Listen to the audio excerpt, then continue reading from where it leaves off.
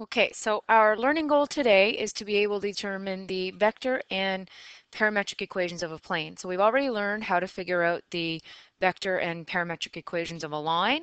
So now what is going to change if we have a plane? So first off, in order to get a plane, we have to be dealing in 3D.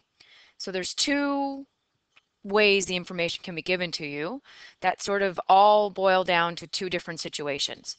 So whenever we are working with planes, if we're sketching them, we generally sketch a parallelogram. And the notation that's used for planes is pi. So I'm just going to put this down here in the corner and call it pi 1.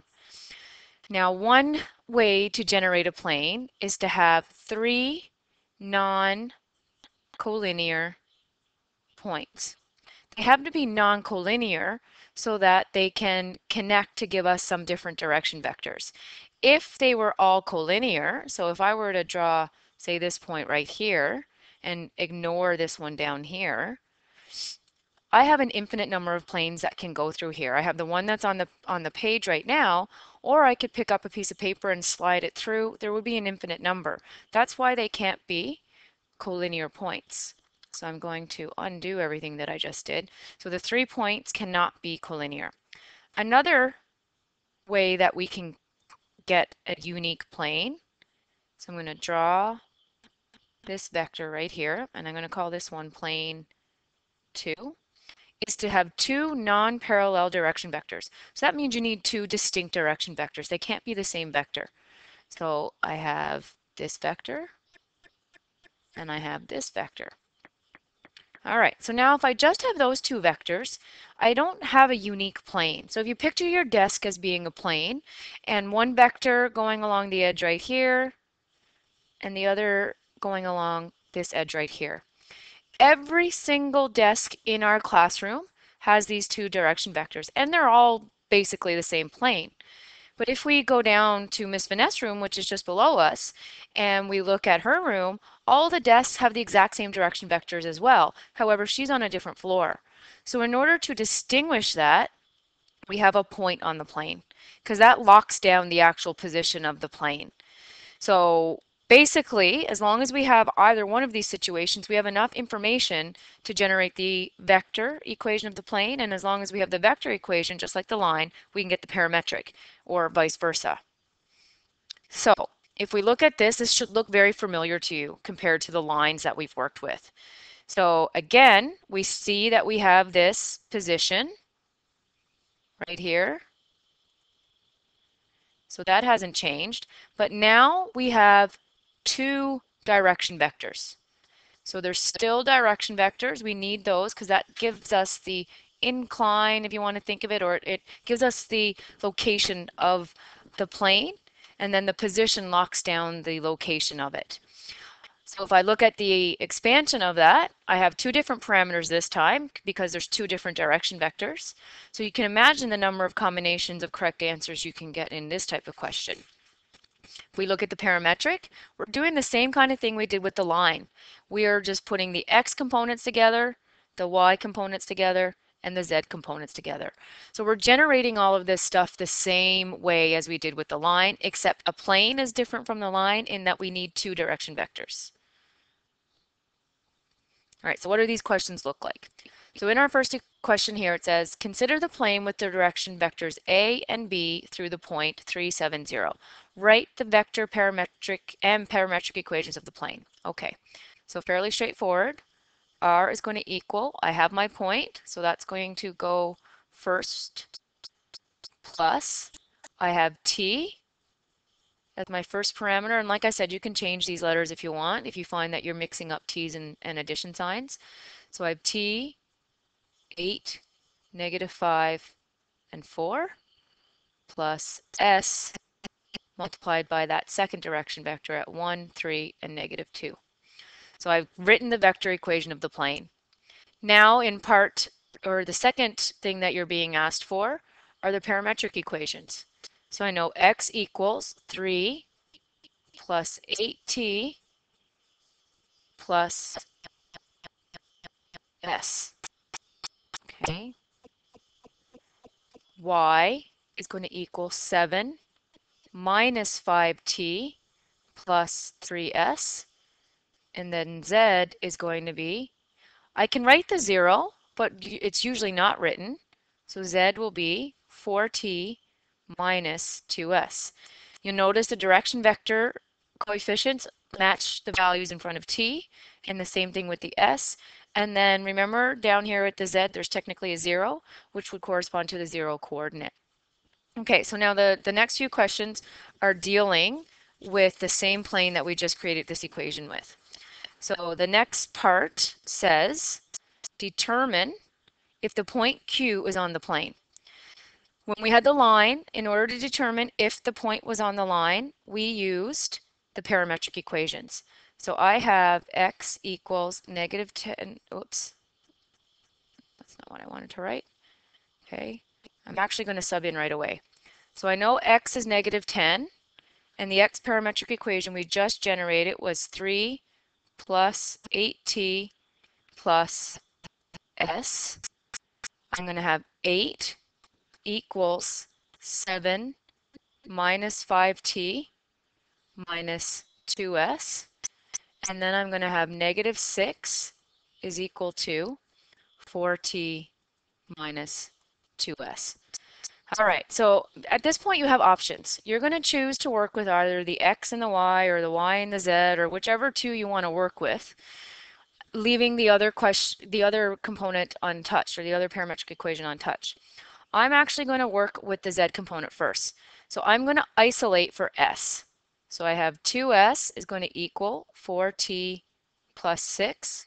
So I know that s is going to equal 2t plus 3. I'm then going to take this and I'm going to substitute it into this equation. I could have put it into the x, but I'm choosing to put it into this equation. So I'm going to have 8 equals 7 minus 5t minus 2t plus 3. And I'm doing this so I can have one variable. So 8 equals 7 minus 5t minus 4t minus 6. So we have 8 equals 1 minus 9t. So I'm going to have 7 equals negative 9t. So then I have negative 7 over 9 equals t. So I found what t is.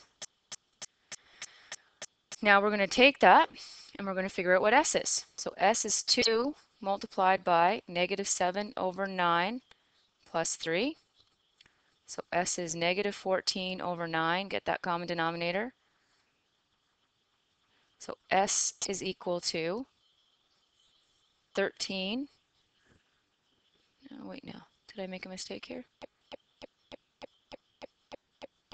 Negative 14 over 9. So negative 14 plus 27 is going to be 13 over 9.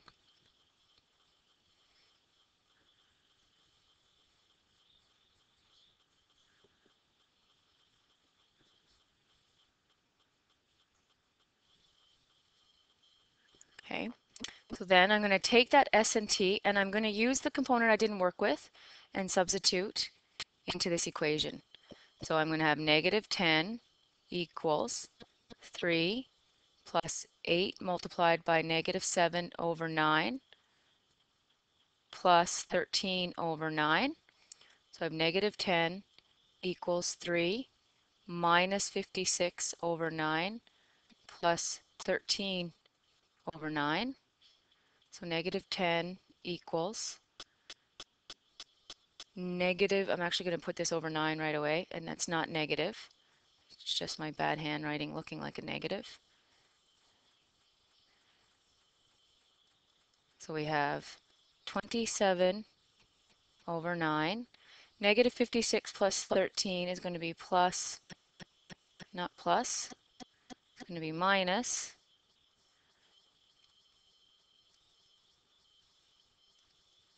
43 over 9.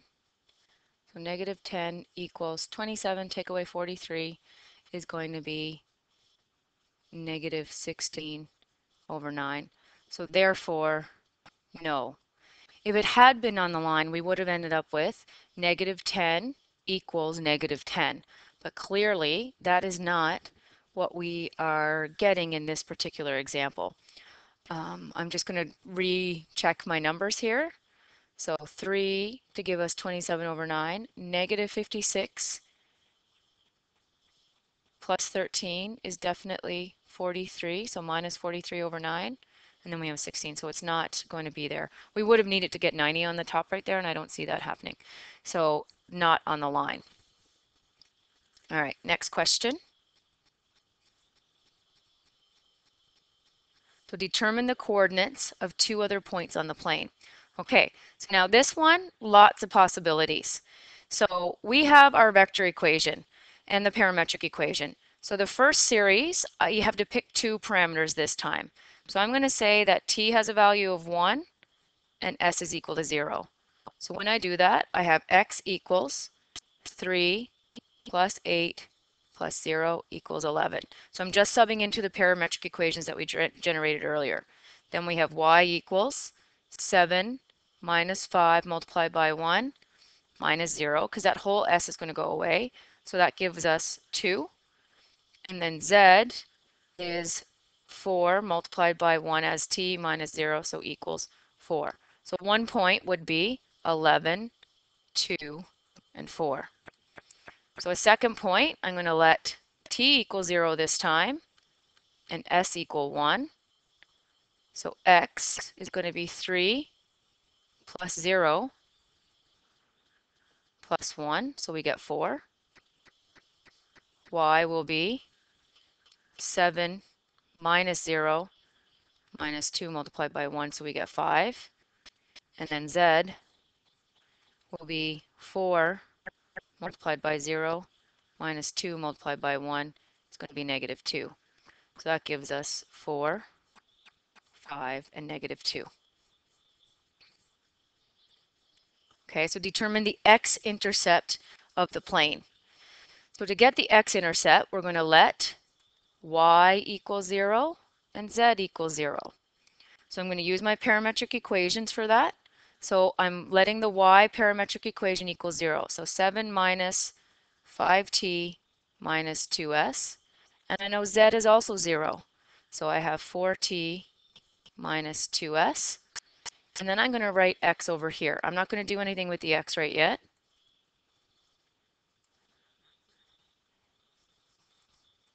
Okay, so I'm going to work with this equation first. So I'm going to have 2s equals 4t. So that means s is equal to 2t. From there, I'm going to go into this equation. So 0 equals 7 minus 4t minus 2 multiplied by 2t. So we're going to get 0 equals 7 minus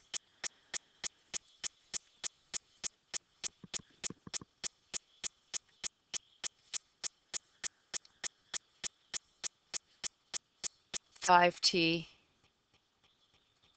minus 4t.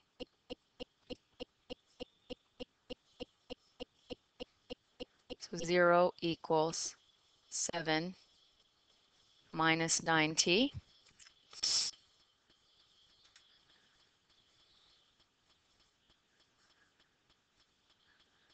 So I get negative, or actually let's move the 9t over.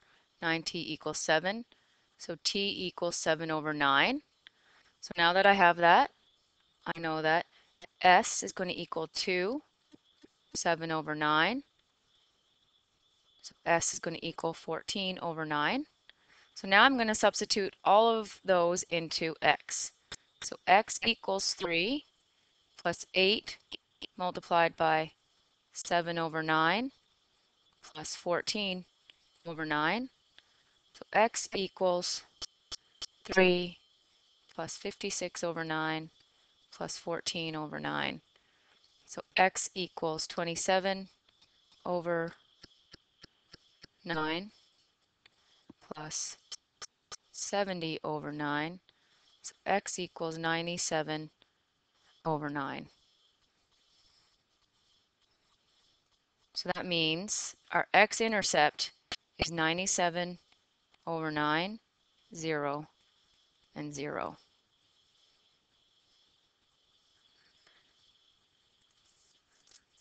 A weird looking number, but nonetheless, that's our value.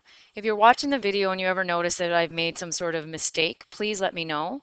I don't think I've made an error with any of my integers here, but if you see one, please let me know.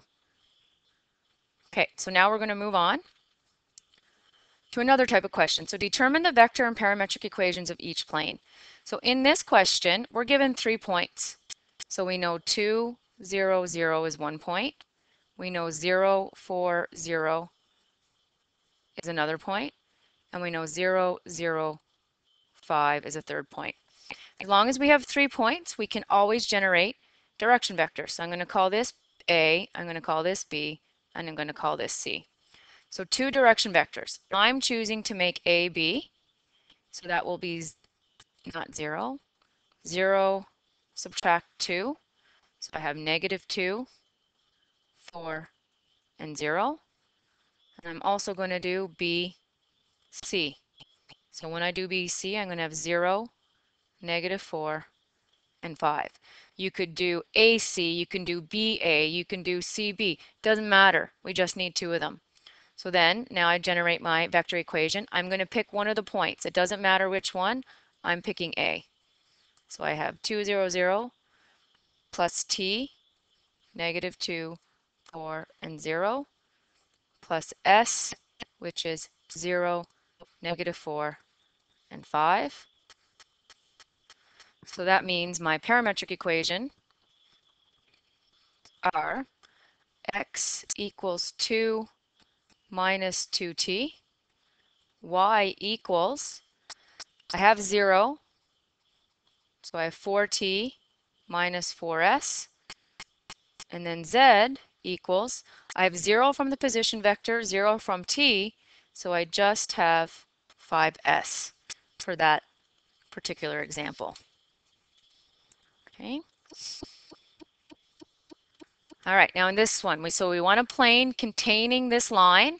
So I know this is direction, I know this is position, and it's telling me that it's parallel to this line.